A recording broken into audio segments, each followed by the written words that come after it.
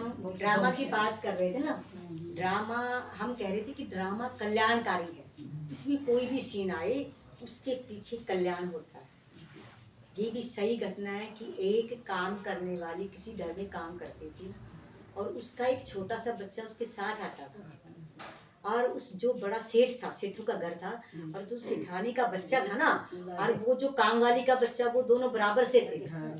वो जो काम वाली का ना, वो सेठानी का बच्चा सज धज के अपना बैग लेके स्कूल में जाता था, और उसका भी मन करता था उस बच्चे का कि मैं भी स्कूल में जाऊं।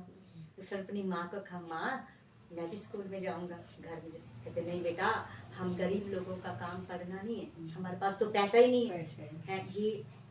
ये सेठ का बच्चा है, इसके पास पैसा है, अमीर है। अब उसने समझाया बच्चे को। अगले दिन फिर आया, वो तो डेली आता था।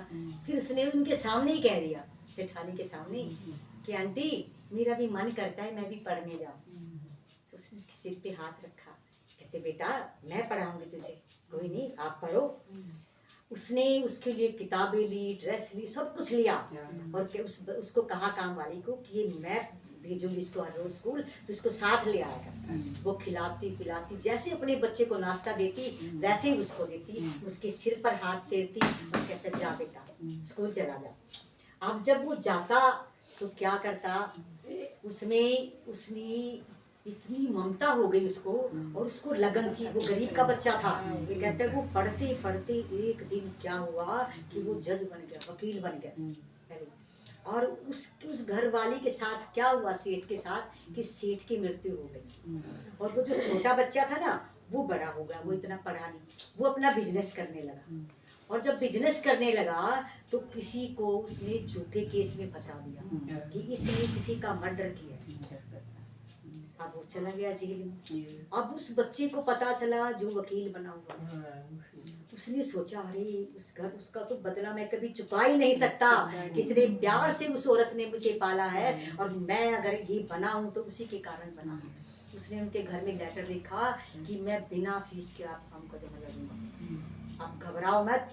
और जो जज के सामने जो गवाह थे ना, ध्यान से सुनना, वो गवाह ही कह रहा था कि मैंने अपनी आंखों से इसको रात को 9 बजे उसका मर्डर करते हुए देखा है। अब इसके सामने सारे गवाह फेल, सारे तर्क फेल हो जाते हैं। अब वो फिर वकील कह रहा कि भगवान, वो भी अच्छी आत्मा थी, उसने बाबा से फरियाद करी कि बाबा इस बच्चे का, मुझे लगता है ये बच्चा ऐसा काम नहीं कर सकता, क्योंकि मैं इसके बचपन को जानता हूँ, इस बच्चे में ऐसे संस्कार नहीं है कि ये किसी का मर्डर कर सकता है। जी मैं, मेरी आत्मा नहीं मान रही, लेकिन गवाह ऐसा है कि वो कहता है मैंने अपनी आंखों से देखा रात को 9 बजे। तो क्या करूं बाबा, मैं क्या करूं, मेरी सहायता करो। तो अगले दिन उसने बाबा का ध्यान किया, अगले दिन उसका मन बड़ा प्रसन्न हुआ, और अगले दिन जब वो कोर्ट के अंदर आया तो उसके हाथ में एक कागज था, और कागज था तो उसने फिर उस गवाह को बुलाया कि जज साहब मैं गवाह को बुलाना चाहता हूँ, आप गवाह को बुलाइए। उसने कहा कि आपने कब देखा, क्या दिन था। उसने कहा कि उस दिन रात को 9 बजे मैंने इसको अपनी आंखों से इसका मर्डर करते हुए देखा। कहते रात को 9 बजे तो अंधेरा होता है। कहते नहीं, चांद की चांदनी में मैंने देखा है। वो ये कह रहा था चांद की चांदनी, शुरू से रट लगा रहा था। अब उसने वो पंचांग निकाल के दिखाया कि जज साहब उस दिन तो रात को 10 बजे चांद निकला था, 9 बजे चांद निकला ही नहीं था, ये सब फ्रॉड है। सारी कोर्ट का माहौल एकदम मंदिर का माहौल बन गया, और वो जो उसकी माँ थी उसके पैरों में गिर कर के बेटा तूने तो हमारा, मेरे बच्चे को बचा लिया, और हमारे पास कोई साधन ही नहीं था।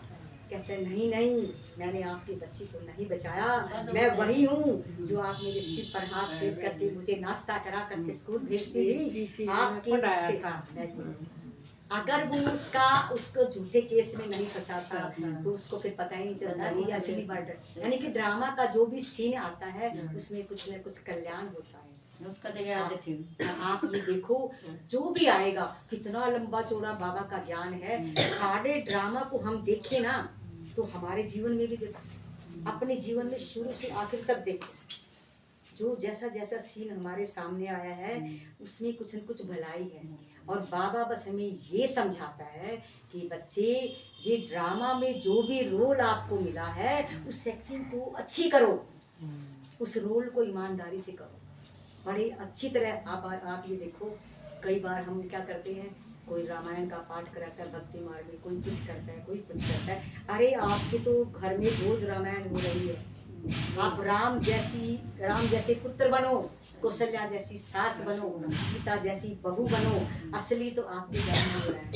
अगर हम बाबा हमें यही तो सिखा रहे हैं कि बच्चे आप ऐसे थे, ऐसी एक्टिंग करो, आप इस ड्रामा में ऐसी एक्टिंग करो, तब आपको अच्छा इनाम मिलेगा, आपको ऊंचा पद मिलेगा। मेरी श्रीमत का पालन करोगे तो आपको ड्रामा अगला जब सतयुग आएगा, इस ड्रामा में जब शुरुआत होगी इस ड्रामा के सतयुग की, त्रेता की, द्वापर की, सतयुग में ऊंचा पद मिलेगा।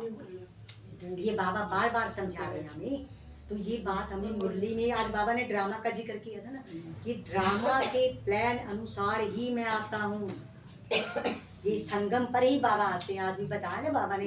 और बाबा ने आज क्या बताया है उसका भी आपने ध्यान रखना है कि अपने मन को और बुद्धि को भटकाने से बंद करना है और संबंध में जोड़ना है। फिर बाबा ने कहा था आप इसमें रहो, अपने घर में रहो, परिवार में रहो, लेकिन संबंध मुझे याद करो। आप सहज योगी कब बनोगे? जब आप किसी भी बात को बिंदु लगाओगे। आप बिंदु बनो, बिंदु लगाओ। तो ये बाबा की बात याद रखनी है, ड्रामा को हमें समझना है। और ड्रामा का जो आधार जो है वो कर्म है, ये कर्म के आधार पर बना हुआ है। जो भी ड्रेस हम पहनते हैं ना, हमें हर ड्रेस के अंदर क्या परिवार मिला, किन आत्माओं से हमारा संबंध जुड़ता होगा, ये सब हमें कर्म के अनुसार है।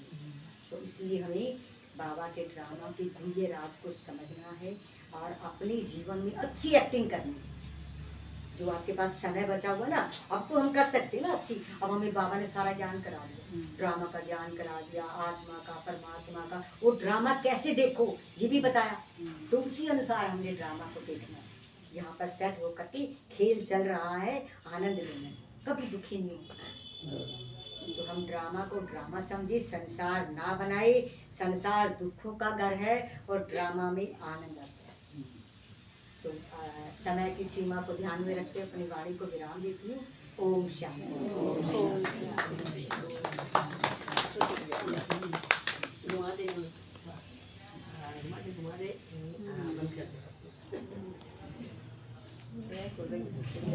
मन की और बता दो कि मन की हाँ, मन में बताता है, मन रख कर चुप करे।